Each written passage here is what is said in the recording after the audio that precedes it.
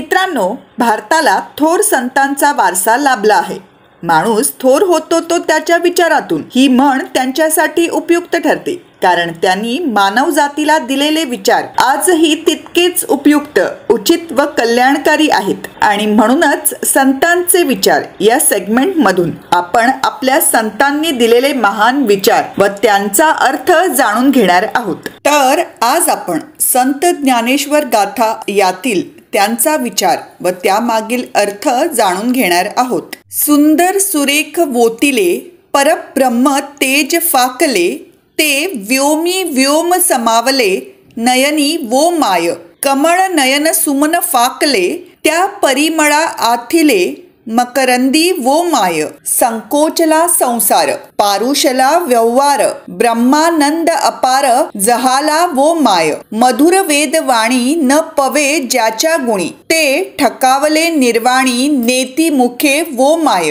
या परते बोलणे न बोलणे होणे, ते म्या आपुल्या अंगवणे केले वो माय, ऐसी याते वोटी लागले तयाचे पाठी, रखुमा देवी वरा भेटी विठ्ठली वो माय. संत ज्ञानेश्वर गाथा अर्थ मराठी. या अभंगात ज्ञानेश्वर माऊली सांगतात की सुंदर सुरेख अशा त्या विठ्ठल स्वरूपी ब्रह्माचे तेज सर्वत्र पसरले आहे व व्योमी व्योम म्हणजेच आकाशभर व्यापणारे ते तेज डोळ्यात समावले आहे. कमळाच्या फुलासारखे त्याचे नेत्र परिमळ अर्थात सुगंध पसरवतात, ज्याचा सुवास मधाप्रमाणे आहे. त्याच्या ठाई संसार संकोचला, व्यवहार दूर गेला व अपार ब्रह्मानंद मिळाला.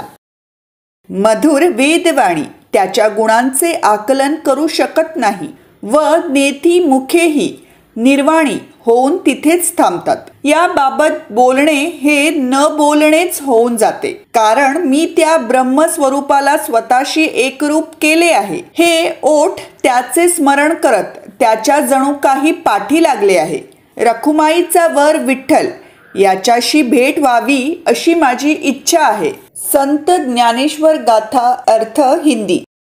इस अभंग में ज्ञानेश्वर माऊली कहते हैं कि परब्रह्म के उस सुंदर एवं मनोहर रूप का तेज सर्वत्र फैला हुआ है और व्योमी व्योम अर्थात आकाश में व्याप्त वह तेज नेत्रों में समाहित है.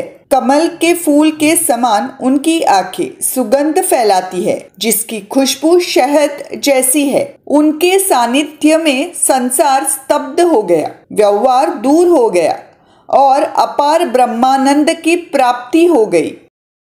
मधुर वेदवाणी उनके गुणों को नहीं समझ सकती और नेति मुख भी निर्वाणी बनकर वही रुक जाते हैं. इसके बारे में बात करना ना बात करने जैसा हो जाता है, क्योंकि मैंने उस ब्रह्म स्वरूप को अपने में समाहित कर लिया है. ये होठ उसे याद करते हुए उसकी ओर झुक रहे हैं. मैं चाहता हूँ कि रखुमाई के पति विठ्ठल से मेरा मिलन हो. संत ज्ञानेश्वर गाथा अर्थ English. In this abhanga, Jnaneshwar Mauli says that the radiance of that beautiful charming form of Parabrahma is spread everywhere, and light that pervades Vyomi Vyom, that is sky, is contained in the eyes. Like a lotus flower, his eyes spread fragrance, whose fragrance is like honey. In his presence the world came to a standstill, trade went off, and immense Brahmananda was attained. Madhur Vedvani cannot understand their qualities, and Neti Mukh also becomes Nirvani and becomes standstill. Talking about it becomes like not talking, because I have absorbed that Brahma form in myself. These lips are bending towards him, remembering him. I want to meet Rakumai's husband Vitthal. Ram Krishna Hari.